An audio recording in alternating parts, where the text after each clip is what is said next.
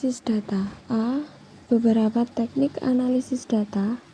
Pada penelitian kuantitatif, data diperoleh dari berbagai sumber dengan menggunakan teknik pengumpulan data yang bermacam-macam atau triangulasi dan dilakukan secara terus-menerus hingga datanya jenuh. Dalam penelitian kuantitatif yang lebih banyak menggunakan nilai dan angka, sudah dapat ditebak bahwa analisis yang akan dilakukan juga akan melibatkan perhitungan matematis.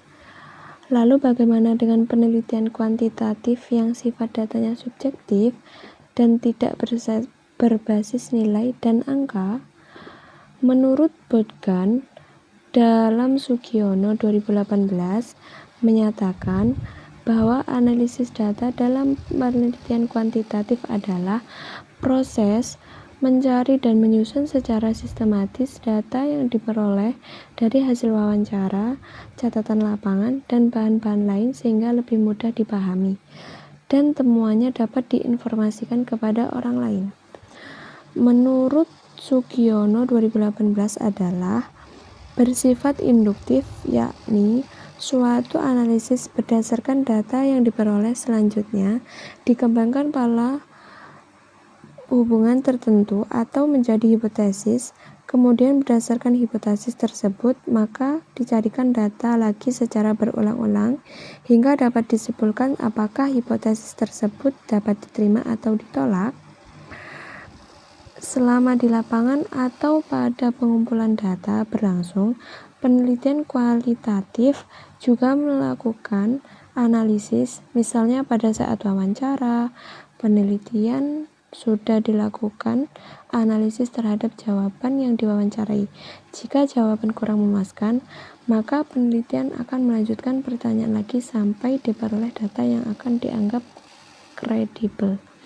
Metode penelitian kualitatif jika berdasarkan data yang dikumpulkan secara berulang-ulang dengan teknik triangulasi, ternyata hipotesis diterima, maka hipotesis tersebut berkembang menjadi teori.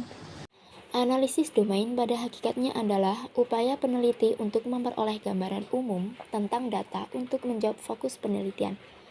Adapun 9 hubungan semantik tersebut adalah jenis, ruang, sebab akibat, rasional, lokasi untuk melakukan sesuatu, fungsi, cara mencapai tujuan, urutan, dan atribut. Terdapat 3 elemen dasar domain, yaitu yang pertama, cover in-term, included in-term, dan semantic relationship. Dan ada 6 tahap yang dilakukan dalam analisis domain, yaitu yang pertama, ia memilih salah satu hubungan semantik untuk memulai dari 9 hubungan semantik yang tersedia.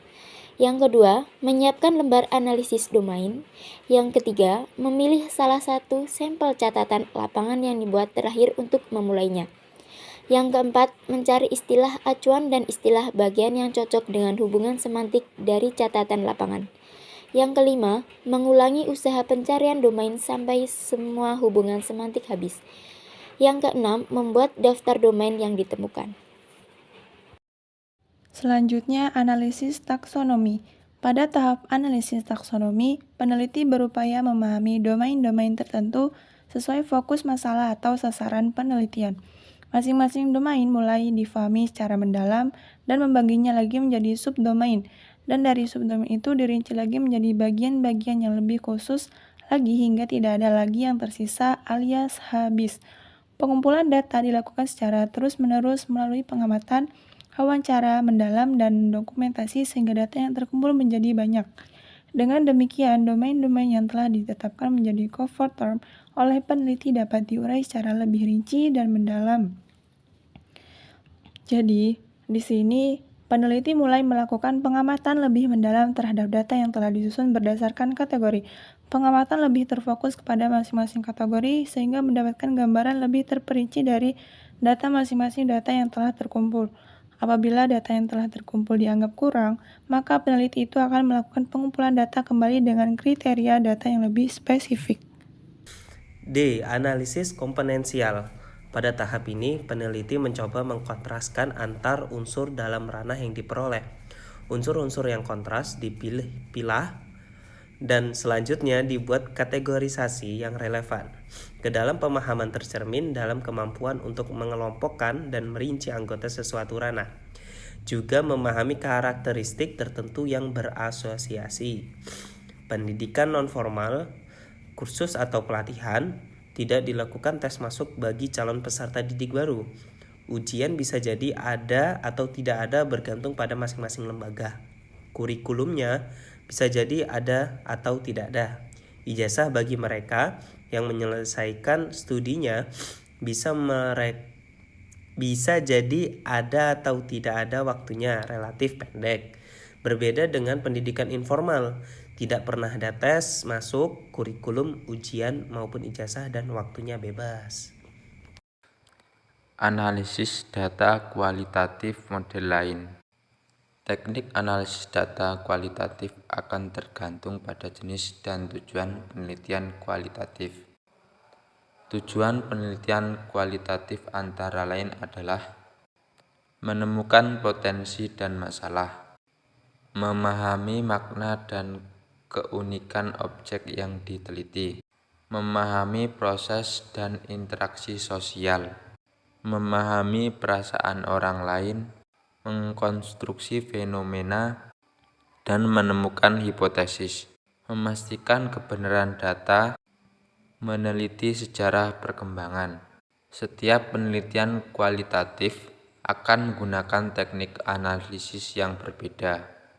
Level analisis data kualitatif adalah analisis deduktif, kategorisasi atau komparatif, dan asosiatif atau konstruktif.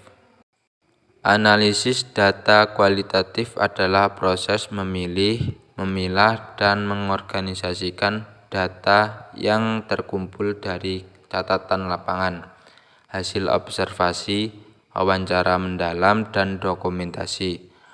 Hal penting yang perlu dipahami oleh kalangan peneliti kualitatif bahwa hasil analisis data penelitian kualitatif kelihatannya hanya merupakan suatu paparan dari rangkaian pernyataan atau kalimat, sehingga terkadang lebih sulit dipahami untuk sebagian orang. Untuk mempermudah pemahaman terhadap ringkasan atau temuan penelitian, akan lebih efektif jika menggunakan diagram, sebagaimana dikemukakan oleh Neumann. Para peneliti kualitatif telah bergeser ke arah presentasi ringkasan analisis data mereka dalam bentuk diagram atau peta.